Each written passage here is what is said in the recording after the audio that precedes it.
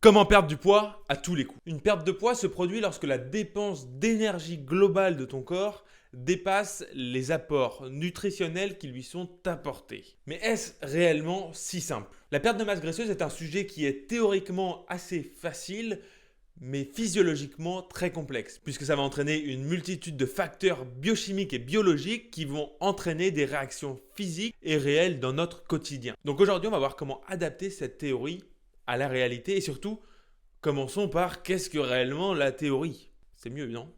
De savoir le vrai départ. Commençons par les calories. La calorie a été définie par un chimiste et physicien, Nicolas Clément, bien évidemment. Né en 1824, à la base, cette valeur était 1000 fois plus élevée que celle que nous connaissons aujourd'hui. Mais c'est surtout grâce au chimiste américain Albert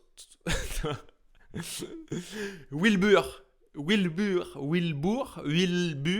Altwater qu'on a vraiment vu naître la vraie calorie comme on la connaît aujourd'hui. Bref, en gros, c'est simplement une unité de mesure qui va donner précisément combien de calories un aliment va apporter à ton corps. Et enfin, on arrive donc au sujet numéro 2, comment créer ce fameux déficit calorique. Donc comment manger moins d'énergie que ce dont notre corps a réellement besoin en face. Puisqu'en cas de déficit calorique, donc si jamais on mange moins d'énergie que ce que notre corps en dépense au cours d'une même journée, au cours d'une même semaine, d'un même mois, le bilan, c'est tout simplement que ton corps va devoir aller chercher le manque d'énergie dans ses propres ressources.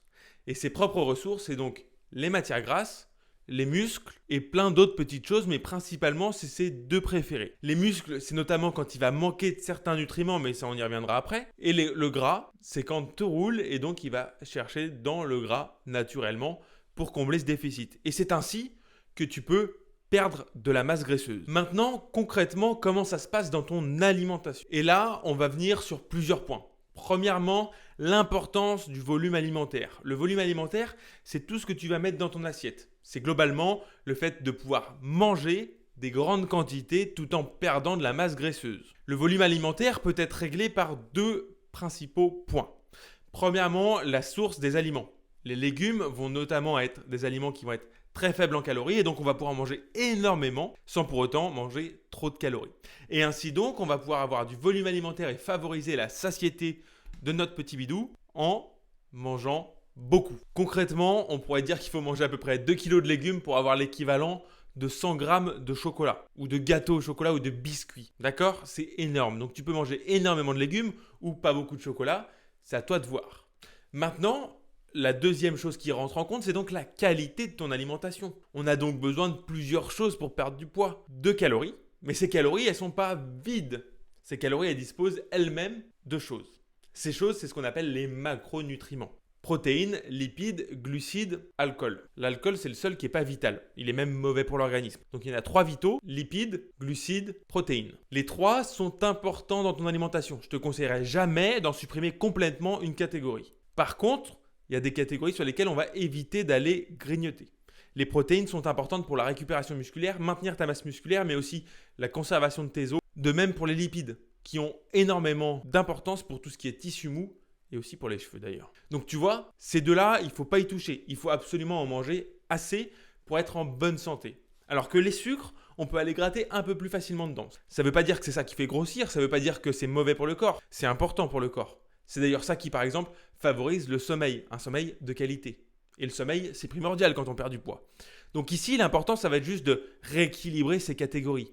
Peut-être que tu mangeais un petit peu trop de gras, peut-être que tu mangeais un petit peu trop de protéines, et bien on va simplement réajuster ces calories. Si jamais tu cherches une vidéo détaillée sur le sujet, dis-le moi en commentaire, je t'en ferai une avec grand plaisir, bien évidemment. Une fois qu'on a donc équilibré ça, on a donc une troisième partie sous-jacente qu'on va appeler les micronutriments, les vitamines, les fibres, les minéraux, etc. Cette catégorie-là, on ne va pas spécialement s'y fier directement. C'est-à-dire que c'est hyper compliqué de les calculer. Franchement, c'est vraiment très compliqué puisque certains micronutriments ne résistent pas à la chaleur, d'autres sont plus ou moins contenus dans certains aliments, ça varie en fonction du bio, du pas bio, de là où ça vient, etc. Donc ça, je ne te conseillerais pas de le calculer en tant que tel. Par contre, un point primordial, c'est de se dire que les micronutriments sont principalement disponibles dans les aliments non transformés et notamment les légumes. Donc l'idée, ça va être simplement de manger beaucoup d'aliments non transformés, des légumes et des fruits, des oléagineux, des légumineuses. Ça, c'est vraiment top pour avoir un max de micronutriments et être tranquille sur ce côté-là. Maintenant qu'on a parlé donc de calories, de ce qu'il y a dans les calories, de ce qu'il y a dans ce qu'il y a dans les calories, du volume alimentaire, on va parler de la dépense. Parce que oui, c'est bien d'apporter de l'énergie, mais qu'est-ce qui se passe de l'autre côté? Qu'est-ce qui va en sortir? Eh bien, la dépense, c'est tout simplement ce qu'on fait dans la journée. Il y a deux catégories qu'on va distinguer. Premièrement, on a ton métabolisme de base. Tout simplement, ce que ton corps va dépenser si tu es alité 24 heures, il ne se passe rien. Tu fais juste respirer et tu vis. Ça, c'est ce qu'on appelle ton métabolisme de base. Ça, on va dire qu'on n'a pas trop le choix. Ça varie en fonction de ta taille, ton poids, ton sexe, tes hormones, mais je veux dire, là-dessus, on n'a pas beaucoup d'impact. Par contre, ce qui varie énormément, c'est ça. C'est tout le gros bloc qui reste. Le gros bloc qui reste, ça va être composé de ton NEAT, Non-Exercise Activity Thermogenesis. On s'en fout de ce mot, ça veut rien dire. Ça veut juste dire, en gros, tout ce que tu fais dans ta journée sauf le sport. Tu marches, c'est du NEAT. Tu vas à ta photocopieuse, c'est du NEAT. Tu vas à ta voiture, c'est du NEAT. Bref, tu as compris l'idée. C'est tout ce que tu fais dans ta journée sauf le sport. Et ensuite, on a donc l'activité physique, le sport. Donc tu vois bien qu'il y a ces deux grandes catégories sur lesquelles on va pouvoir jouer, qui vont être les deux acteurs principaux sur lesquels on peut vraiment avoir un très gros gain. Typiquement, je te prends un exemple. Un maçon va dépenser en moyenne 500 à 600 calories de plus que si jamais cette même personne faisait un métier de bureau. Sans parler de sport. C'est-à-dire qu'il peut manger 25% plus que l'autre sans prendre de poids. Si on ajoute à ça une dépense énergétique liée au sport, ça va dire qu'une personne va pouvoir manger 3000 calories et perdre du poids, alors que l'autre à 1900, il va en prendre. Donc tu vois, l'idée c'est de se dire que, ok, le métabolisme de base, on ne peut pas beaucoup l'influencer. Mais par contre, ça, on peut tout changer grâce à ça. Et le sport, c'est pas obligatoirement la musculation, le cardio, ça peut être de la marche, du tennis, du badminton, de la moto. Fais ce qui te plaît. L'important, c'est juste de faire quelque chose. Maintenant, comment est-ce que je mets tous ces points en place? Parce que oui, au bout d'un moment, il va falloir s'y mettre. Et je pense qu'on est dans la bonne période pour commencer. Si tu vois ce que je veux dire. Début d'année, nouvelle résolution. Tu vois l'idée. Eh bien, pour mettre tout ça en place, je te donne quelques points clés dès maintenant. Premièrement, on se fixe des objectifs réalistes. Environ 500 grammes à 1 kg maximum par semaine, c'est réaliste. Si jamais tu te dis, il faut que je perde 15 kilos en 15 jours en mangeant que des pâtes, ça va être compliqué. Donc non, objectif réaliste, 500 grammes à 1 kg par semaine, souvent on est dans le vrai. Bien évidemment, ça dépend de là où tu en es. Si jamais tu es déjà sec, bah non. Si tu as un peu de poids dans bon point, oui. Si jamais tu es déjà sec, adapte les objectifs à toi personnellement, bien évidemment.